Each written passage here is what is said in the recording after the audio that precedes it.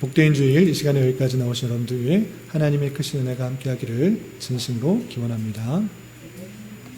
아울러 여러 가지 사정으로 영상으로 예배에 참여하는 모든 분들에게도 동일한 은혜가 있기를 기원합니다. 추석 연휴 잘 보내셨습니까?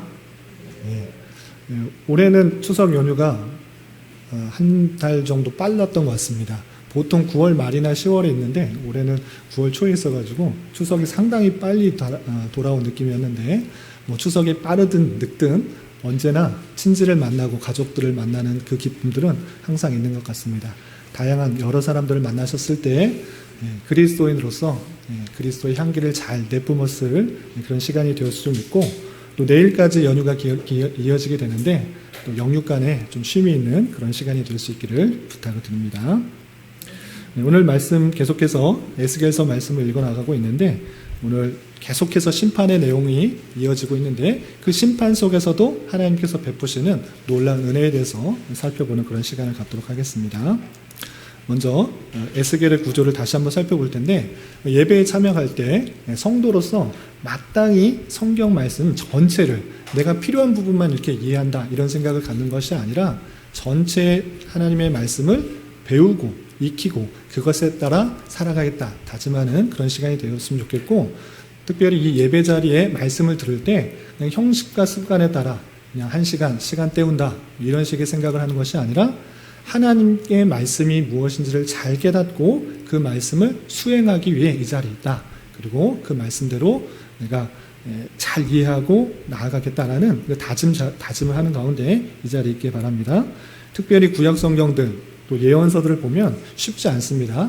되게 쉬운 말씀들이 없는데, 쉬운 말씀들보다는 어려운 말씀들인데 어렵기 때문에 잘 모르겠다. 그냥 한 귀로 듣고 한 귀를 흘리자 이런 생각을 하지 않고, 여기에 있는 어린 아이부터 또 연세 있으신 성도님들까지 모두가 하나님 말씀을 잘 배우고 익히겠다라는 굳은 마음 가운데 함께 참여하시고 말씀을 들어주시기 바랍니다. 에스겔서 48장까지 있는데 너무 길다, 너무 복잡하다 이렇게 생각하지 마시고 말씀을 들으시면서 함께 잘 이해하시고 잘 소화할 수 있기를 바랍니다. 자, 에스겔 구조를 다시 한번 살펴보겠습니다. 에스겔 구조 1장부터 3장까지는 에스겔이 여호와의 환상을 보고 또 하나님께서 에스겔에게 어떻게 살아가야 되는지, 어떻게 해야 되는지 소명과 사명을 주신 말씀이 있고요. 4장부터 24장까지는 길게 유다에 임할 심판에 대해서 길게 나와 있습니다. 그리고 25장부터 32장까지는 거기서 그치는 것이 아니라 유다 주변에 있는 7나라, 대표적인 7나라에 대해서 설명하면서 그 또한 하나님의 말씀에 온전히 순종하지 않는 모습들이 있기 때문에 심판하시겠다라는 내용이 32장까지 나옵니다. 그래서 4장부터 32장까지는 크게 하나님의 심판이 임하는 그 모습을 볼 수가 있고, 또 33장부터 39장까지는 심판에서 그치는 것이 아니라 하나님의 주권 가운데 그의 백성을 회복시키시겠다라는 내용이 나오고요. 마지막 40장부터 48장까지 새로운 성전, 에스겔의 환상 속에서 성전의 모습들을 아주 구체적으로 보여주면서 그곳에서 하나님의 임재와 하나님의 영광과 생명수가 나타날 것을 다시 한번 보여주는 말씀이 있다. 그래서 1장부터 48장까지 이렇게 이런 구조 가운데 나타났다라는 것들을 이해하시면 좋겠고요. 너무 5개로 나누니까 힘들면 3가지로 나누면, 3부분을 나누면 이렇게 나눌 수 있습니다. 첫 번째, 1장부터 3장까지는 여호와의 환상과 에스겔의 소명, 두 번째는 4장부터 32장까지 유다와 이방에 대한 심판이 있다. 그리고 3장부터 48장까지는 이스라엘의 회복과 성전의 환상, 회복시키고 또 새 생명을 주시는 그 내용들로 되어 있다. 이 3부분으로 이으면 더 이해하기가 쉽겠다는 생각이 들어서 3부분을 좀 정리해 봤습니다. 그리고 오늘 말씀의 본문은 11장. 예배 중에 계속 이렇게 돌아다니시는 분들이 있어서 제가 집중하기도 힘들고 또 다른 분들에게 피해가 될 수 있으니까 될 수 있으면, 큰일이 아니면 예배를 잘 돌아다니지 않도록 해주시면 감사하겠습니다. 제가 설교할 때 혼란스러워서 제가 아직 부족해서 집중하기에 좀 힘든 면이 있으니까 좀 힘써 주시기 바랍니다. 오늘 11장을 배우려 때 11장을 말씀을 드릴 텐데 11장은 4장부터 24장까지 유대에 대한 심판에 대한 내용이 있는 부분이다. 이렇게 이해하시면 되겠고요. 그렇다면 우리 11장 앞에 있었던 내용들은 무엇인가? 날마다 말씀을 한 장 한 장씩 읽어보셨던 분들은 오늘이 어떤 부분으로 이어지는지를 알겠지만 혹시 기억이 안 나시는 분들, 또 안 읽으신 분들을 위해서 다시 한번 정리하겠습니다. 8장부터 11장까지 쭉 이어지는 것인데 8장에서 보면 어떤 내용이냐면 성령에 이끌려서 에스겔이 환상 가운데 예루살렘으로 가는 내용이 나옵니다. 그러니까 지금 에스겔이 어디냐면 그발 강가, 갈대아라는 그런 지역에서 그발 강가라는 포로 수용소에 있을 때 하나님의 환상을 보고 하나님의 사명을 듣고 하나님께서 전하라는 말씀들을 전하도록 사명을 받았던 것입니다. 그런데 8장부터 11장까지는 어떤 이야기가 나오면 성령님께서 그 에스겔을 환상 가운데 들어 올리셔서 예루살렘에 있었던 그 죄악들을 보게 하는 것입니다. 그래서 8장 3절에서 보면 이런 표현이 있습니다. 8장 3절 보면 그가 손 같은 것을 펴서 내 머리털 한 모습을 잡으며 주의 영이 나를 들어 천지 사이로 올리시고 하나님의 환상 가운데 나를 이끌어 예루살렘으로 가서라는 표현이 있습니다. 그러니까 8장이 어떤 내용이냐면 지금 그발 강가에 에스겔이 있는데 주의 영, 성령께서 나를 들어 하늘과 땅 사이로 올리시고 환상 가운데 나를 이끌어 예루살렘으로 가게 한 것입니다. 그러니까 환상 가운데 자신이 예루살렘으로 가서 예루살렘에 있는 그 부패와 타락들을 다 죄악들을 보도록 하나님께서 하신 것입니다. 그래서 8장부터 계속해서 예루살렘에 어떠한 죄악들이 있는지, 왜 하나님께서 심판할 수밖에 없는지를 쭉 설명하고 있는 것입니다. 그래서 8장에서 보면 예루살렘 백성들이 성전에서 우상 숭배를 하는 모습들이 아주 자세하게 나옵니다. 예루살렘 백성들, 예루살렘의 성전 안에 어떤 일을 썼는가? 하나님만을 섬겨야 되는데 성전 안에 우상, 아세라상을 만들어 놓고 하나님을 섬기는 것이 아니라 그 아세라를 섬기는 것을 보였습니다. 다른 곳에서 섬기는 것이 아니라 성전 안에 그렇게 만들어 놓고 섬기는 것입니다. 뿐만 아니라 성전 벽마다 갖은 곤충의 동물의 모습들을 다 그려놓고 마치 애굽에서 우상 숭배를 하는 모습과 같이 그것에 절하고 섬기는 모습들, 각 모습의 우상 숭배를 그려놓고 만드는 것이 있을 뿐만 아니라 또 25명의 그런 사람들이 여호와의 성전을 등지고 해를 바라보면서 해를 섬기는 모습들이 나타나는 것입니다. 등등의 예루살렘 성전 안에서까지도 하나님을 섬기는 것이 아니라 우상을 만들어 놓고 또 우상을 섬기는 모습들을 다 낱낱하게 보여주면서 이스라엘 백성들, 특별히 예루살렘에 심판이 임할 수밖에 없다는 것을 에스겔에게 목도하도록 한 것입니다. 그런데 이 심판을 받을 수밖에 없는 그 모습 속에서도 하나님의 은혜, 하나님의 긍휼이 나타납니다. 어떻게 하는가? 그 성전 안에 두루두루 다니면서 하나님의 심판의 경고가 있을 때 애통하며 탄식하는 사람들을 찾아라. 그 사람들에게 이마에 표를 하고 그 사람들은 살려두도록 하라. 이렇게 말씀하십니다. 그래서 하나님의 경고의 말씀이 있을 때 회개하도록 하시는 하나님의 말씀이라는 것들을 다시 한번 생각하고 이렇게 회개하고 뉘우치고 또 탄식하는 그런 사람들을 하나님께서는 멸하지 말도록 지시하는 내용이 9장에 이어지게 됩니다. 그리고 10장, 바로 앞장에서 어떤 내용이 나오는가? 하나님의 심부름을 하는 영적인 존재 중에 한 사람에게 그 숯불을, 그 섭리의 바퀴의 숯불 안에서 숯불을 꺼내서 하나님의 심판의 숯불을 예루살렘에 던지라라고 말합니다. 실제로 숯불을 이렇게 던지면 뭐 일어나는 것이 아니고 하나님의 심판의 손길을 뜻하는 것입니다. 하나님께서 불로써 그들을 멸하시겠다. 하나님께서 숯불이라는 것은 뜨거워서 그 죄를 제거하는 그런 모습들을 상징하고 있는데 그것을 통해서 하나님께서 예루살렘의 심판을 통해서 죄를 제거하겠다라는 것을 표현해주고 있는 것입니다. 그래서 예루살렘이 숯불에 타도록 그렇게 영적인 존재에게 명하시고 그리고 그 성전 가운데 당연히 있어야 될 그 성전 하나님의 영광이 성전에서 또 문지방에서 또 동문 곁으로 이동하는 그 모습이 나옵니다. 성전의 그 하나님의 영광이 계속해서 빠져나와서 이제 예루살렘 성전을 떠나서 동문 곁으로 나가는 그 모습이 10장에 이어지게 됩니다. 우리 어린 친구들도 잘 들어주시기 바랍니다. 예배는 함께 드리는 것이고 함께 하나님의 말씀에 따르는 것이니까 잘 들어주시기 바랍니다. 집중해서 들어주시기 바랍니다. 시온이도 앞을 잘 쳐다보시고 궁금한 거 있으면 예배 끝나고 물어봐 주시기 바랍니다. 그래서 오늘 말씀은 그에서 이어져서 어떤 말씀이 나오는가라고 할 때 예루살렘의 타락한 지도자들의 모습들이 나오고 그로 말미암아 심판을 받게 될 것이다. 그러나 그것에서 끝나는 것이 아니라 이스라엘을 회복시키실 것이다. 또다시 이렇게 말씀하십니다. 그리고 이 에스겔이 예루살렘에 일어났던 모든 것들을 보고 다시 성령에 이끌려서 그발강가 포로 수용소 사로잡힌 자들에게로 돌아오는 내용으로 맞춰지게 됩니다. 그러니까 8장부터 11장까지는 에스겔이 성령에 이끌려서 예루살렘에 있었던 죄악들을 보게 되고 다시 돌아오는 내용으로 되어 있다. 11장이 오늘 그 마지막 분이다. 이렇게 이해하시면서 내용을 살펴보시기 바랍니다. 오늘 11장의 내용을 좀 살펴보도록 하겠습니다. 우선 1절부터 13절까지는 예루살렘에 부패하고 타락한 죄악된 모습들로 말미암아 심판을 받는 내용이 나오게 되는데 특별히 1절부터 3절까지는 25명의 지도자들이 부패하고 타락하였기 때문에 죄악을 행하였기 때문에 심판을 받게 되는 내용이 나오게 됩니다.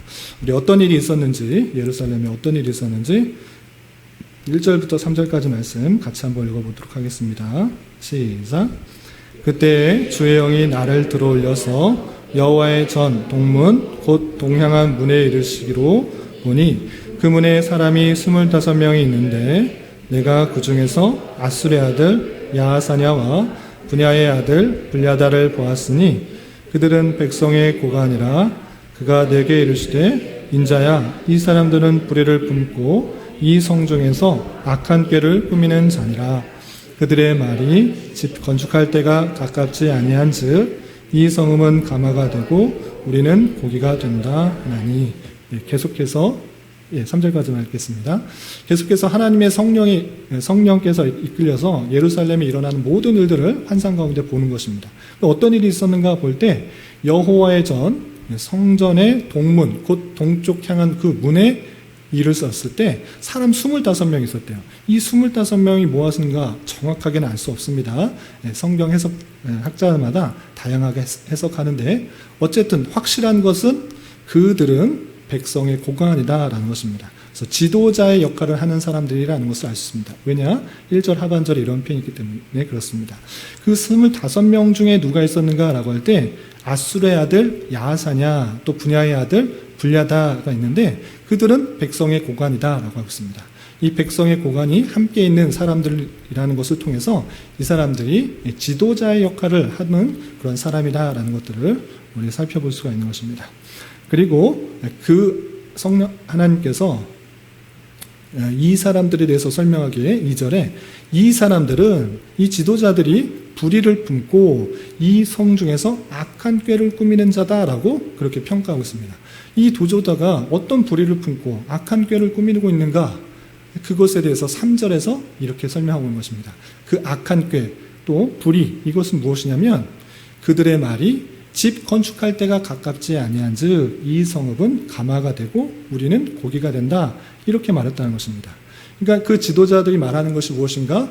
집 건축할 때가 아니다 가깝지 않다 이 성읍은 가마고 우리는 고기다 이렇게 말했다는 것입니다. 이렇게 말하는 것이 왜 불이고 이것이 악한 꾀를 꾸미는 것인가 이것을 깨닫는 것이 중요합니다.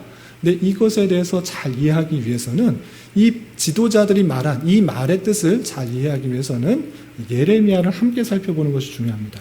왜냐하면 하나님께서 이 남쪽 유다의 예레미야의 선지자를 통해서 그들의 부패와 타락들을 설명하고 또 선포하고 있었는데 그 말을 들어서 이렇게 하기 때문입니다.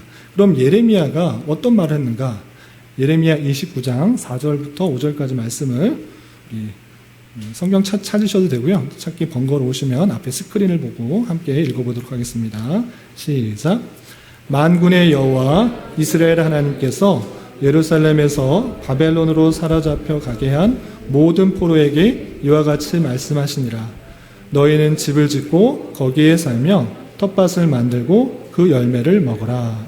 이때 당시에 남유다가 멸망할 그때쯤에 에스겔 선지자만 있었던 것이 아니라 여러 선지자가 있었던 것입니다. 그 중에 예레미야라는 선지자가 남쪽 유다에서 또 하나님의 말씀을 들고 선포하고 있었는데, 예레미야 선지자는 무슨 말을 했는가? 포로로 끌려간 사람들에게 이 말을 했던 것입니다. 무엇 하느냐? 너희는 집을 짓고 거기에 살아라 라고 말을 했습니다. 왜 거기에 집을 짓는 것은 무엇입니까? 잠깐 갔다가 돌아오는 사람에게 집 짓고 살아라고 합니까? 안 합니까? 안 합니다. 그러니까 이 포로의 기간이 길 거니까 다시 금방 돌아오는 것이 아니고 오래 걸리니까 너희는 거기다 집을 짓고 거기에 살아라. 텃밭 만들고 열매 먹으면서 거기서 살 준비를 하라라고 예레미야 선지자가 포로로 끌려간 사람들에게 말했던 것입니다. 그 말은 이제 그들이 자기네 집이고 터전이고 하나님의 주신 땅이라고 생각했던 그 예루살렘이 멸망할 것이고 그곳에서 너희는 살아야 된다는 것을 선포했다는 것입니다. 그런데 이제 집 건축할 때가 아직 안 이르렀다라는 그 말은 무엇입니까? 곧 돌아올 거니까 하나님께서 예루살렘 계속 지켜줄 거니까 거기 집 짓는 거 아니다. 그때가 아니다. 이렇게 말하고 있는 것입니다. 지도자가 하나님께서 말씀을 주신 것을 왜곡하고 있는 모습을 볼 수 있는 것입니다. 또 이 지도자가 뭐라고 말했습니까? 여기는 감하고 우리는 고기다. 예루살렘 성은 감하고 우리는 고기다. 이렇게 말했습니다. 갑자기 감하는 뭐고 고기는 무엇인가? 이것도 마찬가지로 예레미야 선지자가 그 성을 감하라고 칭한 것에 대해서 또 왜곡해서 설명하고 있는 것입니다. 그럼 예레미야 선지자가 예레미야서 1장 13절에 어떻게 선포하고 있는가? 예레미야 1장 13절도 함께 읽어보겠습니다. 시작. 여호와의 말씀이 다시 내게 임하니라. 이르시되 내가 무엇을 보느냐? 대답하되 끓는 가마를 보나이다. 그 윗면에서 졌나이다 하니, 하나님께서 예레미야 선지자에게 예루살렘이 어떻게 될지를 알려준 것입니다. 무엇을 보여주느냐? 끓는 가마솥을 보여준 것입니다. 우리 쉽게 생각하기에 끓는 가마솥을 보여준 것입니다. 이것을 왜 보여주겠습니까? 예루살렘이 끓는 가마와 같다라는 말은 무엇입니까? 하나님께서 심판하셔서 그것이 완전히 벌하게 될 것이다 라를 포함하는 것입니다. 그런데 이 지도자들은 또 이것을 어떻게 왜곡하느냐? 이 성은 가마라고 했지 않느냐?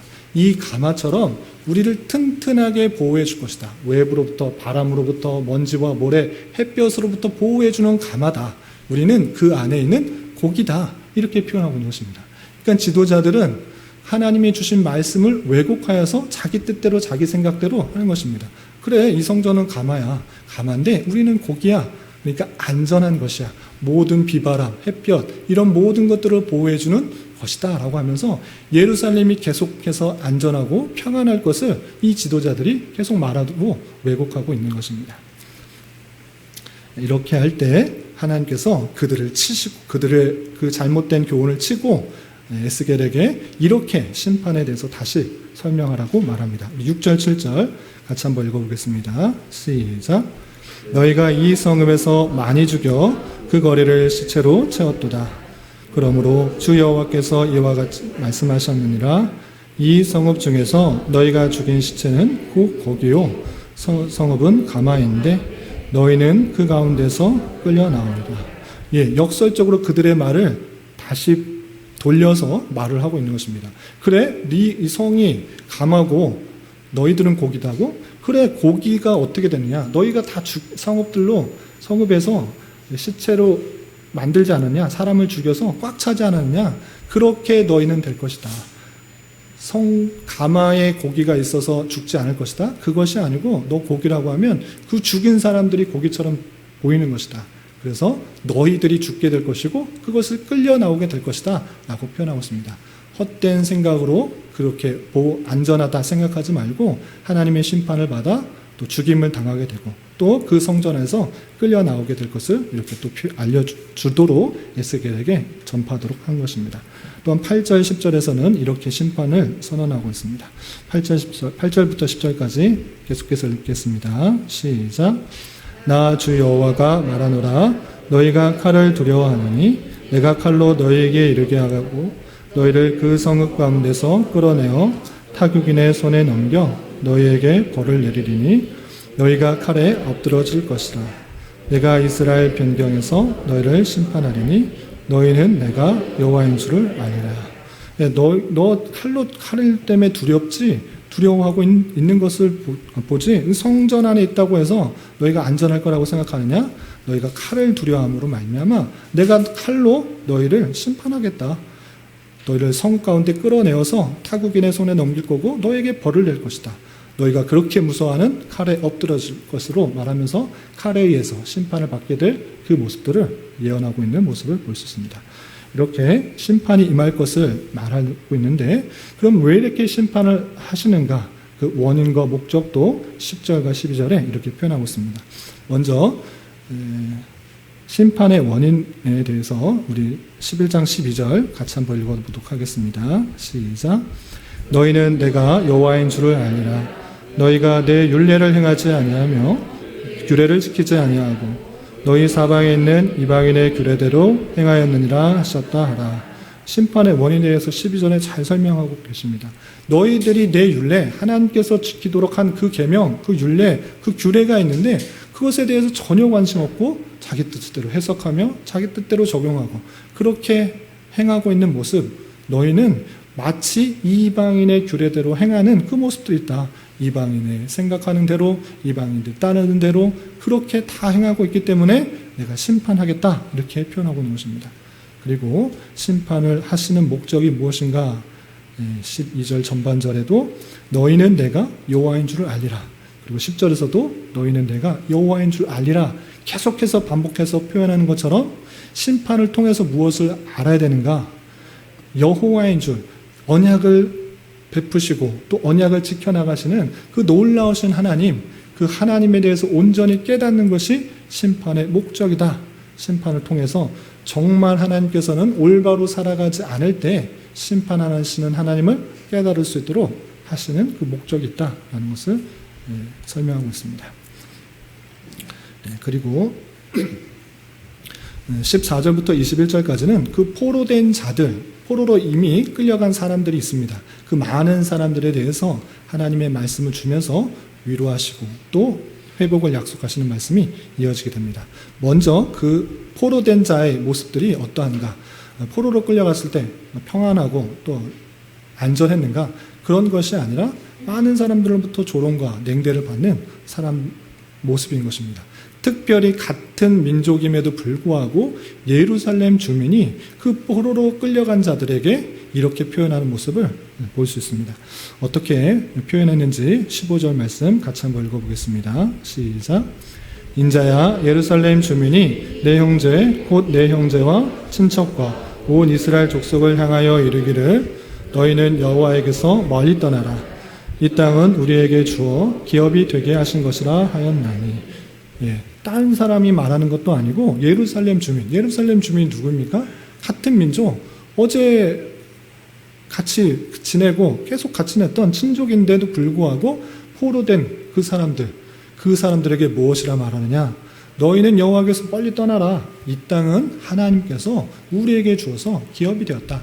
너희는 벌받은 것이고 하나님의 말씀 온전히 순종하지 않았으니까 그렇게 포로로 끌려간 것이고 하나님의 기업을 받지 못한 것이다. 너희는 그렇게 지낸 것이고 우리는 우리 하나님의 기업을 받아서 잘 살 것이다. 이런 식으로 예루살렘 주민이 끌려간 그 사람들을 조롱하고 또 냉대하는 그 모습을 볼 수 있습니다. 이렇게 서름과 또 아픔 가운데 있는 그 백성들에게 포로된 자에게 어떻게 말씀하시는가? 회복의 말씀을 하시고 또 위로의 말씀을 해주십니다. 먼저 16절 말씀 같이 한번 읽어보겠습니다. 시작. 그런즉 너는 말하기를 주 여호와의 말씀에 내가 비록 그들을 멀리 이방인 가운데로 쫓아내어 여러 나라에 흩었으나 그들이 도달한 나라들에서 내가 잠깐 그들에게 성소가 되리라 하셨다 하고, 비록 너를 그 예루살렘에서 쫓아내어서 이방인 가운데 나갔지만 여러 나라 가운데 흩었고 한 곳에서 사는 것이 아니라 이곳저곳에서 포로 생활을 할 수밖에 없지만 하나님께서 어떻게 하시는가? 그 흩어진 그곳에서 그들에게 성소가 되게 해준다라고 표현하고 있습니다. 이 성소가 무엇입니까? 거룩한 곳. 거룩한 곳이 왜 거룩한 것입니까? 하나님께서 그곳에 계시다라고 고백하고 임재의 표현이기 때문에 성소가 거룩한 것인 것입니다. 그러니까 이 성소는 그들 백성들 가운데 하나님께서 함께 계시다라는 것을 표현해 주는 것입니다. 그래서 비록 예루살렘에서 떨어져 있을지라도, 각 나라에서 흩어져 있을지라도, 포로로 끌려갔을지라도 힘들어하지 마라. 내가 너희들과 함께한다라는 것들을 알려주고 있다는 것입니다. 그런데 영원히 그들에게 성소가 된다 이렇게 표현하지 않고 얼마 동안? 잠깐. 왜 잠깐 그렇게 성소가 되게 하십니까? 그들이 있어야 될 곳은 이방 나라 그 땅이 아니고 다시 예루살렘으로 하나님께서 약속하신 그 땅으로 되돌아올 것이기 때문에 잠깐 그곳에 흩어져 있음에도 불구하고 그들에게 성소가 될 수 있도록 하나님께서 함께 해주신다 이렇게 위로해 주시는 것입니다. 또 구체적으로 17절부터 20절까지는 회복을 약속해 주시고 하나님과의 관계를 다시 회복하시는 그 말씀들이 나오는데 먼저 17절 말씀부터 함께 읽겠습니다. 시작. 너는 또 말하기를 주 여호와의 말씀에 내가 너희를 만민 가운데서 모으며 너희를 흩은 여러 나라 가운데서 모아내고 이스라엘 땅을 너희에게 주리라 하셨다라. 예, 이제 회복할 것이다. 흩었지만 이제 다시 모아서 이스라엘 땅을 너에게 주어서 다시 되돌아올 것이다 라고 회복을 약속해 주셨습니다. 또한 19절부터 20절까지 이런 말씀하셨는데 계속해서 봉독하겠습니다. 시작.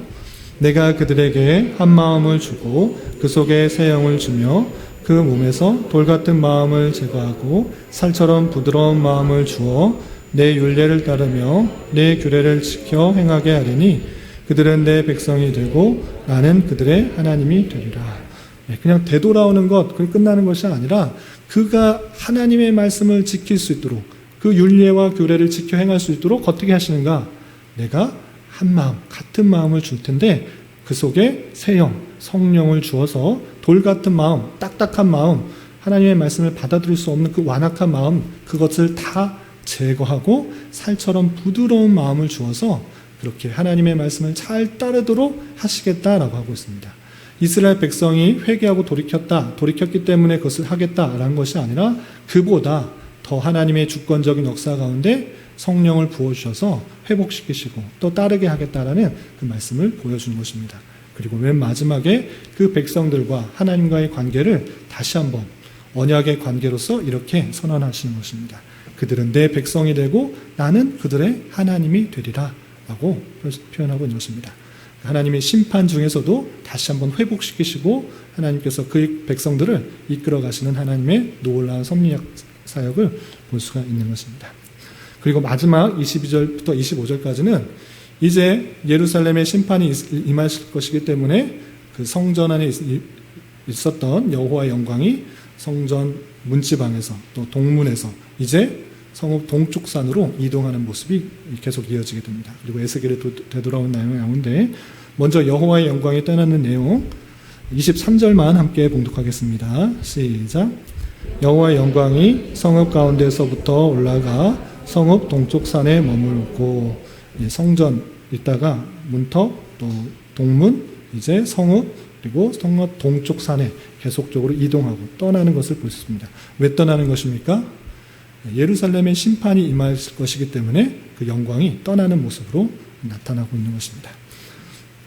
그리고 24절에 주의 영이 에스겔을 다시 사로잡힌 자중 포로 수용소로 다시 이르도록 하는 장면이 24절에 이루어지게 됩니다. 24절 함께 봉독합니다. 시작. 주의 영이 나를 들어 하나님의 영이 환상 중에 데리고 갈대아에 있는 사로잡힌 자 중에 이르더니 내가 본 환상이 나를 떠나 올라간지라. 8장의 처음에 그를 들어서 예루살렘에 보이시고 다양한 것들을 알려주시고 다시 들어서 갈대아에 있는 그발 강가 사로잡힌 그 포로 수용소에 다시 이르러서 놓고 그 환상이 올라가게 되었다 이렇게 표현하고 있습니다. 그럼 다시 환상을 다 경험하고 난 에스겔은 무엇을 했는가? 마지막 25절 함께 봉독합니다. 시작. 내가 사로잡힌 자에게 여호와께서 내게 보이신 모든 일을 말하니라. 포로 수용소에 자기가 경험했던 그 모든 보이신 일들을 선포하고 말하고 전해서 그들의 힘들고 어렵고 위로받고 싶은 그 마음에 하나님의 회복을 선언하는 말씀으로 이 11장이 끝나게 됩니다. 이 말씀을 통해서 무엇을 생각해야 될지 세 가지로 정리하겠습니다. 첫 번째 생각해야 될 것은 예루살렘 백성의 고관들, 그러니까 지도자들이 어떤 악을 꾸몄는가를 먼저 잘 생각해 봤으면 좋겠습니다. 그는 예레미야 선지자를 통해서 말씀을 들었습니다. 그러나 그 말씀을 그대로 하나님의 뜻으로 받고 그대로 이해하고 적용하고 그들을 가르쳤습니까? 그렇지 않습니다. 하나님의 말씀은 자기가 편리한 방식으로 이해하고 적용할 뿐만 아니라 백성들의 잘못 이해할지라도 하나님의 말씀을 잘못 이해할지라도 그들에 의해서 바로 잡아야 되는데 그렇지 않은 모습을 보였습니다. 이제 이 예루살렘을 무너질 것이고 이제 포로로 끌려가는 그곳에서 집 짓고 살아라. 너는 이제 가마가 될 것이다. 끓는 가마가 될 것이다. 아주 하나님의 진노가 가득한 그 가마가 될 것이다 라고 예레미야를 통해서 알려주었는데 이 지도자들은 아니다. 집 지을 때 아직 안 되었다. 이 성은 아주 가마라고 했으니까 그 가마처럼 우리를 튼튼하게 보여줄 것이다. 우리는 고기처럼 안전하게 지켜주실 것이다. 이렇게 잘못 적용하고 있는 그 모습을 볼 수 있습니다. 그 모습이 이스라엘 백성들의 고관들, 높은 지도자들이 높은 지위에 있는 지도자들만 그렇게 생각한다라고 생각할 것이 아니라 우리가 그러한 모습 가운데 있지는 않은지 되돌아봐야 되는 것입니다. 하나님의 말씀을 읽을 때 하나님께서 성경 66권을 우리에게 필요한 말씀으로 구원을 얻을 뿐만 아니라 우리가 살아가야 될 모든 것들을 알려주셨음에도 불구하고 내게 필요한 말씀만 하나님께서 복 주신다. 하나님께서 치유해 주신다. 하나님께서 부하게 하신다. 이런 좋은 말씀만 끌어들여서 적용하고 있지 않은지는 되돌아봐야 될 것입니다. 전체로 하나님께서 말씀하시는 부분들은 전혀 상관없고 앞뒤 문맥은 전혀 상관하지 않은 채 내게 좋은 말, 좋은 말만, 좋은 구절만 끌어들여서 내가 편한 방식으로 적용한다고 하면 그때 당시에 이스라엘 백성들의 고관들, 그들과 다르지 않다라는 것을 상당히 심각하게 생각해야 될 것입니다. 하나님께서 우리에게 주신 말씀을 이해할 때 그 말씀을 제대로 이해하기 위해서는 어떻게 되는가? 성경 말씀을 제대로 이해하는 방식을 우리는 잘 알아야 됩니다.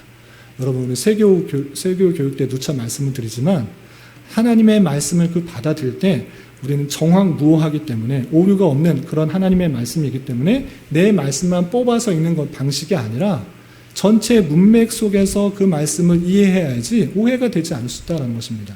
주시는 말씀을 대고 내가 편리한 방식으로 적용하는 것은 하나님의 말씀을 그대로 알고 순종하는 것이 아니라 내가 만든 하나님, 내가 만든 신을 그냥 섬기는 것일 수밖에 없다는 것을 주의해야 될 것입니다.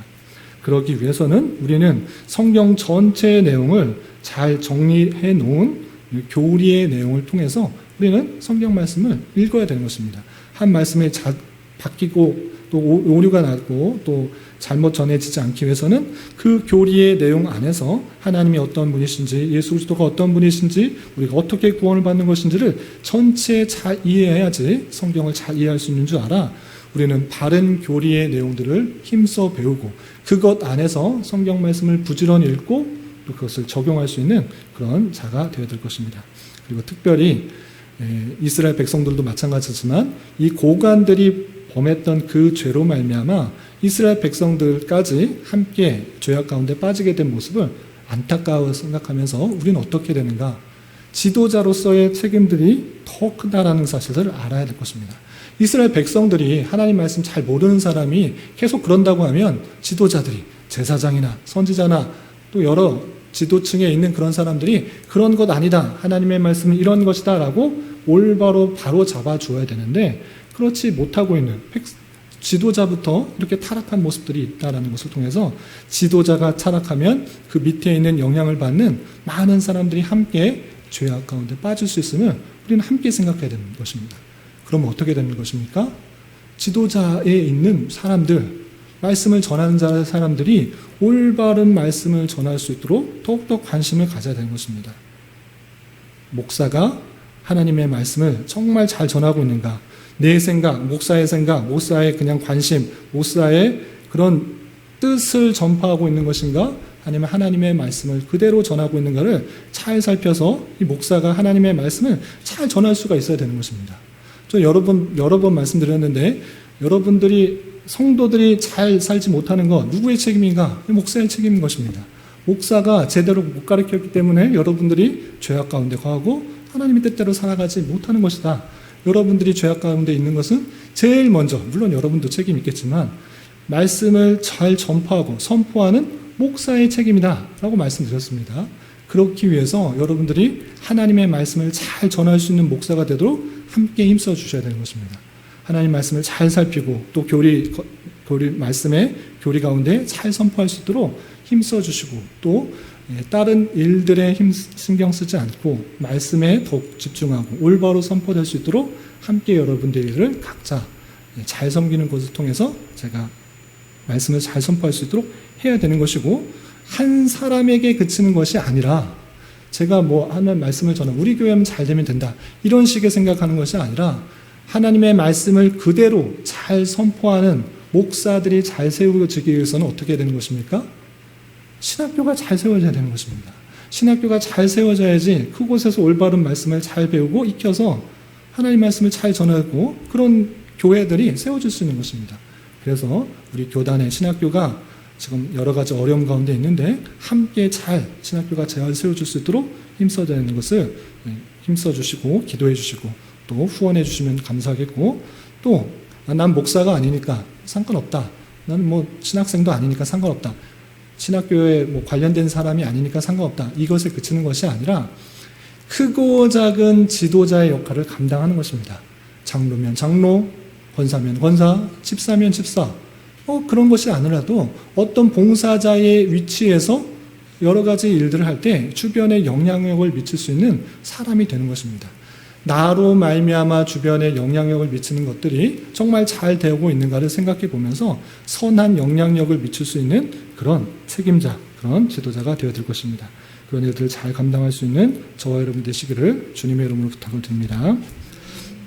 두 번째로 생각할 것은 하나님께서 포로된 자들에게 무엇을 약속하셨는가라는 것입니다. 하나님께서 잠깐 그들에게 성소가 될 것이고 또 이스라엘 땅을 회복시켜 주실 것이고 일치한 마음, 또 새 영을 주고 살같이 부드러운 마음을 주셔서 하나님의 말씀을 잘 따르게 하시겠다, 이렇게 표현하고 있습니다. 이것이 아주 복음의 핵심적인 내용인 것입니다. 우리의 열심, 우리의 노력, 우리의 의, 이것을 통해서 구원을 받을 수 있다? 이런 건 없는 것입니다. 성경의 말씀을 통해서 보여주는 것은 인간은 부패했다, 타락했다, 봐라 얼마나 부패하고 타락하고 자기 뜻대로 자기 욕심에 따라 세상을 따라가고 있느냐, 인간에서 볼 수 있는 것은 절망밖에 없다, 이것을 보여주는 것입니다. 그럼에도 불구하고 하나님께서 그 택하신 백성에게 새 영을 불어주시고 새 마음을 주시고 굳은 마음, 완악한 마음들 그것을 다 벗겨주시고 예수 그리스도를 믿음으로 말미암아 구원을 받게 된다는 사실을 알려주고 참으로 믿게 되고 내가 정말 죄인이구나를 깨달아서 하나님의 말씀대로 살아가야 된다는 것을 보여주는 것입니다. 내 힘, 내 능력? 아니, 하나님의 능력, 하나님의 주권, 하나님의 택하신 백성들에게 보이신 긍휼과 자비, 은혜, 사랑, 이것으로 말미암아 우리가 구원을 받게 된다는 것을 성경을 통해 보여주는 것입니다.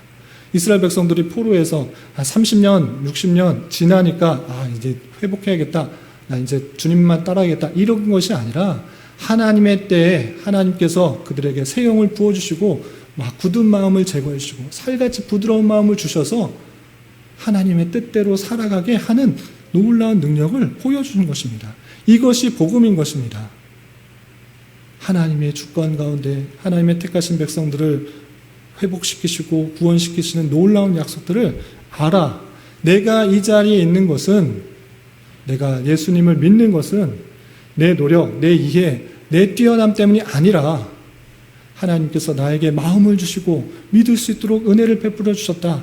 그 사실들로 인하여 감사 찬송을 해야 될 것이고, 우리의 아무 공로 없으나 하나님의 은혜로 우리에게 새 영을 주셔서 하나님을 믿고 예수 그리스도를 믿고 구원을 받고 주의 백성이 되게 하신 줄 알아 늘 감사와 찬송을 돌려드리며, 내가 행하는 모든 것들이 나에게 영광이 돌려지는 것이 아니라 하나님께 감사와 찬송과 영광이 돌려져야 되는 것입니다. 이런 삶을 살아갈 수 있는 저와 여러분 되시기를 주님의 이름으로 부탁을 드립니다. 마지막으로 한 가지 더 생각할 것은 환상을 본 에스겔이 다시 어디로 돌아가서 무엇을 하였는가라는 것을 잘 생각해 봐야 될 것입니다. 그냥 한 절, 마지막 한 절 이렇게 끝났지만 그 끝난 것에서 그치는 것이 아니라 12장, 13장, 14장 계속해서 이어지는 것이 무엇인가? 에스겔이 경험하고 본 것을 그대로 전했다. 보이신 모든 일을 말했다라고 표현하고 있습니다. 이것이 그냥 넘어갈 일이 아니라 아주 중요한 사실입니다. 그건 무엇이냐? 하나님께 받은 사명을 에스겔은 그냥 열심히 전하고 있는 것입니다. 성실히 수행하고 있는 것입니다. 에스겔을 부르셔서 뭐 하도록 시켰느냐? 내가 전한 모든 것 그대로 전해라. 듣든지 아니 듣든지 전해라. 그들이 마음이 완악하고 패역하고 안 들을 수 있는데 상관없이 전해라. 이것이 사명이었습니다. 그 사명을 받은 자로서 에스겔은 그 본 환상들을 그대로 모든 일을 말았다. 이렇게 표현하고 있습니다. 이런 것처럼 우리 또한 하나님의 말씀을 배우고 뜻한 것을 잘 깨달아 우리가 가진 사명들을 전하는 자로서의 삶을 살아야 된다는 것입니다. 그냥 쉬운 말로 그냥 예배당 안에서 주일 안에서 성도분들이 교제할 때 또 말씀 간에 교제할 때 그러면은 참 하나님 말씀 잘 듣고 잘 살아가는 것 같아. 그런데 여러분들의 삶의 현장에서 일주일 중에 거의 6일 동안은 여러분들이 회사에서 학교에서 가정에서 거해지는 그 곳에서 어떻게 살고 있냐라는 것입니다. 하나님의 말씀을 그대로 수행하는 자로서의 삶을 살아가고 있습니까? 아니면 일주일에 1시간, 2시간, 3시간 그때만 정말 그리스도인으로서의 모습만 드러나고 있는지 아니면 그 6일 동안도 하나님의 말씀대로 제대로 살아가고 있는지 되돌아봐야 될 것입니다. 하나님께서 우리를 부르셨을 때는 주일에만 성도로서의 모습을 잘 가져라. 이것 아닌 것입니다. 일주일 모든 시간, 모든 장소, 모든 순간을 하나님의 뜻대로 사명을 수행하는 가운데 일주일에 하루는 예배당에 나와서 천국을 준비하며 천국의 모습들을 생각하며 하나님만을 더욱더 찬양하고 예배하며 성도 간의 교제를 하도록 하는 것이지 일주일에 하루는 그냥 하나님 찬양하고 성도 간의 교제하고 나머지 6일은 내 맘대로 내 뜻대로 세상과 동화되며 똑같이 살아가고 있는 모습은 아닌지 되돌아봐야 될 것입니다. 하나님께는 각자에게 사명을 주셨습니다. 사명을 주셨다고 해서 모든 사람이 목사가 되어야 된다. 이거 말하는 것은 아니고 각각의 직업을 할 수 있도록 달란트를 주시고 상황을 주시고 환경을 주셨다는 것입니다. 그것을 통해서 하나님의 뜻대로 행하는 자, 수행하는 자, 그리스도의 몸으로서 그의 뜻을 받아 행하는 자의 모습이 드러나야 된다는 것입니다. 그 말씀대로 수행하는 것이 사명자의 마땅한 태도고 에스겔이 행했던 그 모습이다라는 사실들을 잊지 말아야 할 것입니다. 이런 사명을 수행하는 각자의 자리에서 사명을 열심히 수행하는 것을 통해 하나님의 영광과 하나님의 자비와 긍휼과 사랑이 드러나는 것이고 그 모습을 통해 하나님의 사랑과 하나님의 인자와 자비가 드러남으로 말미암아 택하신 백성이 우리의 모습을 통해 우리의 삶을 통해 우리의 말을 통해 주께로 되돌아오는 일이 있게 되는 것입니다. 이런 말씀에 따라 하나님의 사랑과 또 인자와 자비를 잘 깨달은 자로서 말로써 행동으로써 하나님의 긍휼과 자비와 은혜와 그 사랑을 잘 전파할 수 있는 저와 여러분이 되시기를 주님의 이름으로 부탁을 드립니다. 기도하겠습니다. 하나님 아버지 감사합니다. 오늘 말씀을 통하여 이스라엘 지도자들의 죄악과 심판 중에서도 회복을 약속하시는 말씀을 대하였습니다. 이런 말씀을 대하는 자로서 우리 또한 하나님의 말씀을 온전히 깨닫고 분별하기에 힘쓰게 하여 주시고 크고 작은 지도자의 자리에서 여러 가지 영향력을 미칠 때 책임감을 가지고 잘 감당할 수 있도록 인도하여 주시며 오직 부족하고 연약한 자임에도 불구하고 나를 택하여 주시고 구원해 주신 하나님의 놀라운 사랑에 대해서 어디서 무엇을 하든지 늘 감사 찬송을 하기에 힘쓰는 자 되게 하여 주시옵소서. 예수님의 이름으로 기도 올리옵나이다. 아멘.